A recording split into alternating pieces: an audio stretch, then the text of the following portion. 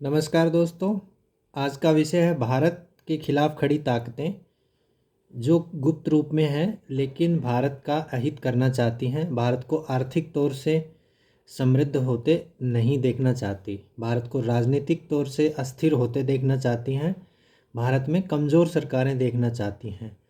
ऐसी ताकतों को डीप स्टेट के नाम से जाना जाता है, जिनका एक कोई चेहरा नहीं है, जिनका एक कोई आधार नहीं है, लेकिन वो अलग अलग रूप में अलग अलग देशों में काम कर रहे हैं, जिनका एकमात्र उद्देश्य ये है कि देशों में नेशनलिस्ट और जो सुधारवादी जो प्रोग्रेस को चाहने वाली सरकारें नहीं होनी चाहिए।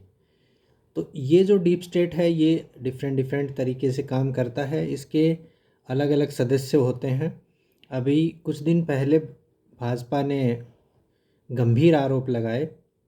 भाजपा के दो राष्ट्रीय प्रवक्ता, एक डॉक्टर सुधांशु त्रिवेदी, उन्होंने राज्यसभा में, और डॉक्टर संबित पात्रा, उन्होंने पार्टी मुख्यालय में आरोप लगाए कि राहुल गांधी की पार्टी कांग्रेस एक विदेशी बिजनेसमैन जॉर्ज सोरोस से जुड़ी हुई है, और राहुल गांधी के हित वही हैं जो जॉर्ज सोरोस के हित हैं।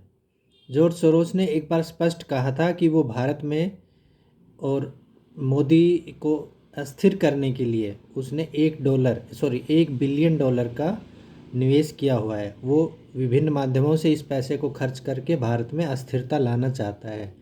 तो इस डीप स्टेट के अगर कारनामे आप सुनेंगे तो वो छोटे छोटे इश्यूज़ को बड़ा बनाकर देश में अस्थिरता पैदा करना चाहते हैं। चाहे वो किसानों का मुद्दा हो, जिसको एक बहुत बड़ा बनाया गया, चाहे वो ईवीएम का मुद्दा हो, चाहे अडानी का मुद्दा हो, चाहे बांग्लादेश में सरकार गिरी हो, चाहे श्रीलंका में सरकार गिरी हो, चाहे अफ़गानिस्तान में सत्ता परिवर्तन हुआ हो, या आजकल जो पाकिस्तान में चल रहा है वो, ये सब इस डीप स्टेट के कारनामे हैं, इस डीप स्टेट के द्वारा पैदा किए हुए खतरे हैं, जिनसे भारत भी अभी अछूता नहीं है। तो डॉक्टर सुधांशु त्रिवेदी व संबित पात्रा ने आरोप लगाए कि राहुल गांधी जो काम कर रहे हैं वो मूलतः वही काम करते हैं जो जॉर्ज सोरोस और उनके द्वारा पोषित संगठन काम करते हैं। उन्होंने एक संस्था का नाम लिया OCCRP। तो ये संस्था एक कहने को एक पत्रकारों की संस्था है, लेकिन इस डिजिटल प्लेटफॉर्म पर इस संस्था के माध्यम से जो लेख छपता है, अगले दिन वही लेख डायरेक्ट राहुल गांधी के पास आ जाता है।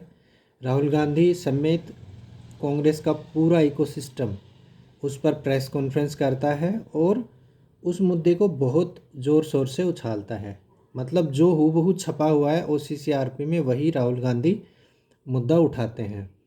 राहुल गांधी किन किन लोगों से मिलते हैं, कैसे जो एक एंगल जो बना हुआ है भारत विरोधी ताकतों का और कांग्रेस का, वो इन दोनों ही धुरंधर प्रवक्ताओं ने इसका लेखा जोखा सामने रखा। असल में ये सब जो बातें हैं, डीप स्टेट के खतरे, जॉर्ज सोरोस के खतरे, ये सब जो भाजपा का एक समर्थक वर्ग है, जो राइट विंग का वर्ग है, वो ये सब लोग दबी जुबान से काफ़ी समय से कह रहे थे। लोगों में इस बात की चर्चाएं आम थी, लेकिन इसको कभी भी आधिकारिक तौर से नहीं माना गया था।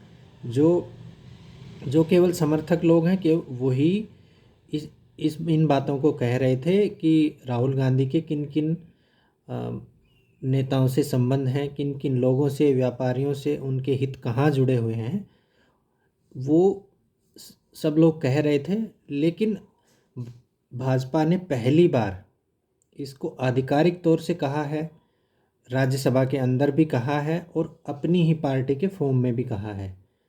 तो ये अब सरकार की तरफ से जो रुख है वो एकदम स्पष्ट है कि सरकार अब ऐसे किसी जो गठजोड़ है उसको अब बर्दाश्त नहीं करेगी और सरकार इस पे अब कड़ा एक्शन लेगी। ये दोनों ही प्रवक्ताओं की जो जुबान है, जो उनकी बॉडी लैंग्वेज है, उससे साफ पता चल रहा है कि सरकार इस बात को लेकर बहुत मुखर है। दूसरा इसमें जो मुद्दा आता है वो आता है अडानी का। एक भारत के प्रमुख व्यापारी हैं, बड़े व्यापारियों में इनकी गिनती होती है, गौतम अडानी, जो अडानी समूह के चेयरमैन भी हैं। तो कांग्रेस पिछले लगभग 5-6 साल 7 साल से ये मुद्दा उठा रही है। वो हर फोरम से लगातार अडानी का विरोध करती है। इसमें कुछ नया नहीं है, लेकिन क्या आपने कभी सोचा है कि अगर कांग्रेस अडानी का विरोध करती है तो नुकसान किसका होता है?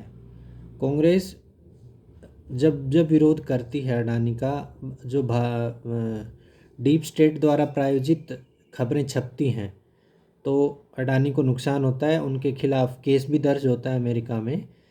तो अडानी के शेयर जब गिरते हैं तो नुकसान अल्टीमेटली किसका होता है? वो नुकसान भारतीय निवेशकों का होता है।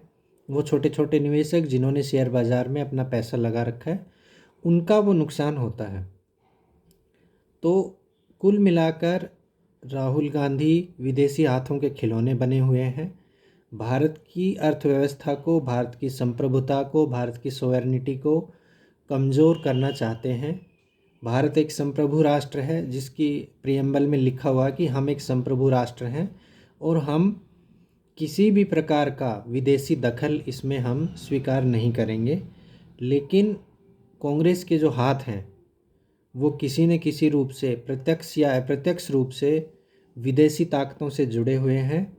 ये पिछले कुछ दिनों में स्पष्ट हो गया। जब कांग्रेस बार बार अडानी का मुद्दा लाती है तो फिर सरकार भी, जॉर्ज सोरोस और राहुल गांधी का जो गठजोड़ है, जो इनका संबंध है, उस सरकार ने भी उसको उजागर कर दिया है। तो आने वाले समय में अब ये जो लड़ाई है ये दिलचस्प होने वाली है, क्योंकि कांग्रेस मोदी और अडानी के जो संबंध हैं उनको लेकर उंगली उठा रही है, लेकिन कांग्रेस के पास कोई ऐसा सबूत नहीं है जिससे ये पता चल सके कि सरकार ने अडानी का अनावश्यक लाभ पहुंचाया हो, सरकारी खजाने को नुकसान पहुंचाया हो। ऐसा कोई सबूत आज तक कांग्रेस नहीं दे पाई है।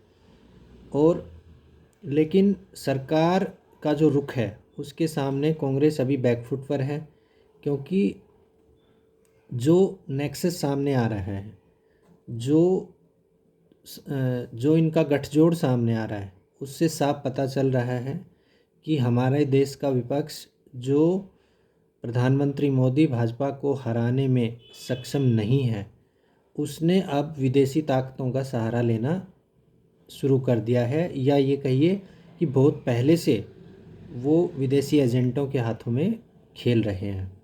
दूसरा, कल सुधांशु त्रिवेदी ने और सोनिया गांधी पर भी आरोप लगाया।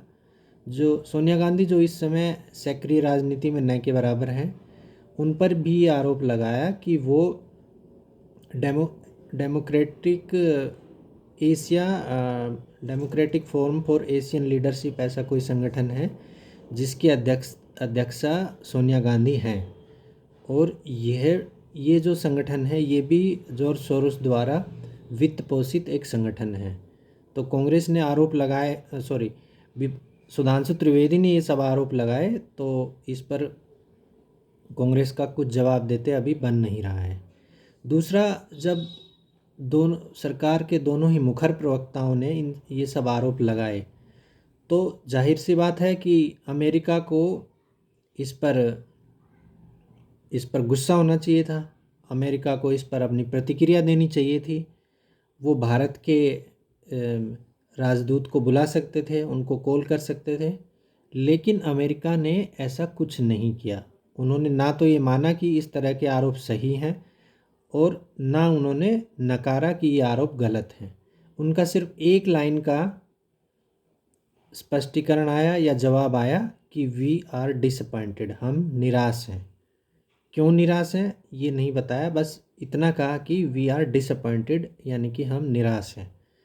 तो अमेरिका की एक तरह से ये स्वीकारोक्ति है।